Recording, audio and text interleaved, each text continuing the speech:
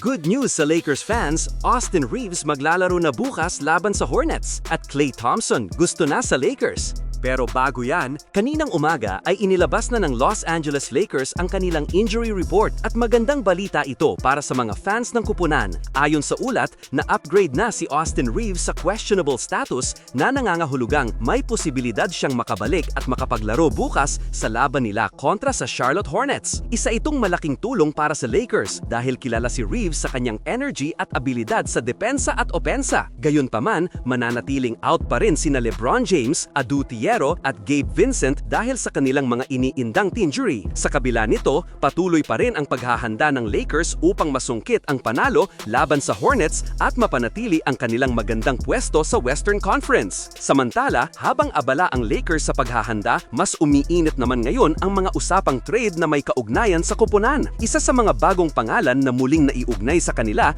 ay si Daniel Gafford ng Dallas Mavericks. Ayon sa ulat ng Clutch Points, dahil sa patuloy na pagkadismaya sa performance ng Mavs ngayong season, pinag-iisipan na raw ng pamunuan ng Dallas na mag-tank para sa susunod na NBA draft. Dahil dito, posible raw nilang ipagpalit si Gafford at kabilang ang Lakers sa mga posibleng destinasyon ng naturang big man. Kilala si Gafford sa kanyang rim protection at rebounding, kaya't malaking tulong siya kung sakaling makuha ng Lakers. Bukod dito, isa pang malaking pangalan na muling naiugnay sa Lakers ay si Klay Thompson na kasalukuyang nasa Mavericks din. Kilala si Klay bilang isa sa pinakamahusay na 3-point shooters sa kasaysayan ng NBA, ngulit nahihirapan siyang makahanap ng ritmo ngayong season. Noong nakaraang off-season, interesado na umano ang Lakers kay Klay, subalit pinili niyang pumirma sa Dallas upang makalaro si Luka Doncic. Ngayon, mulang nabubuhay ang usapang baka lumipat siya sa Lakers, lalo na tila hindi umaayon ang kanyang sitwasyon sa Mavs. Ayon sa ilang ulat, posibleng mangyari ang trade kung saan makukuha ng Mavericks sina Dalton Knecht at Maxi Kleber, habang mapupunta naman sa Lakers si Klay Thompson. Maraming taga-subaybay ang naniniwalang fair trade ito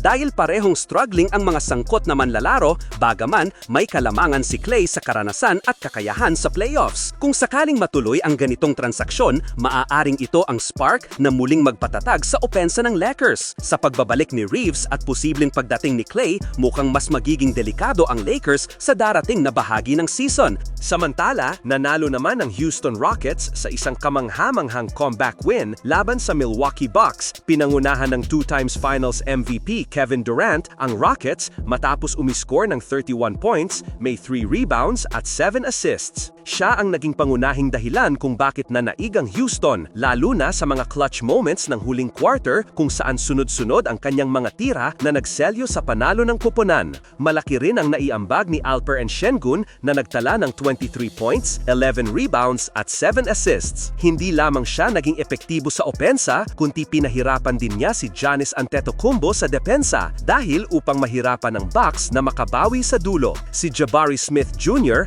ay nag-ambag ng 16 points at 9 rebounds, habang ang batang guard na si Amen Thompson ay nagpakita ng all-around performance na may 14 points, 8 rebounds at 5 assists. Patunay na lumalalim ang rotation ng Rockets ngayong season. Sa panig naman ng Bucks, nasayang ang matinding laro ni Giannis Antetokounmpo na nagtala ng 37 points at 8 rebounds, gayon din ang 19 points na ambag ni Ryan Rollins. Sa kabila ng kanilang mainit na simula, hindi nila napigilan ang pag-arangkada ng Rockets sa huling bahagi ng laro. Dahil sa panalong ito, isang panalo na lamang ang kailangan ng Houston Rockets upang maabutan ang Los Angeles Lakers sa ika-4 na pwesto ng Western Conference standings. Samantala, ang Milwaukee Bucks naman ay bahagyang babagsak sa ika-7 pwesto sa Eastern Conference matapos ang pagkatalong ito. Patuloy na ipinapakita ng Rockets na isa silang puwersang dapat bantayan ngayong season.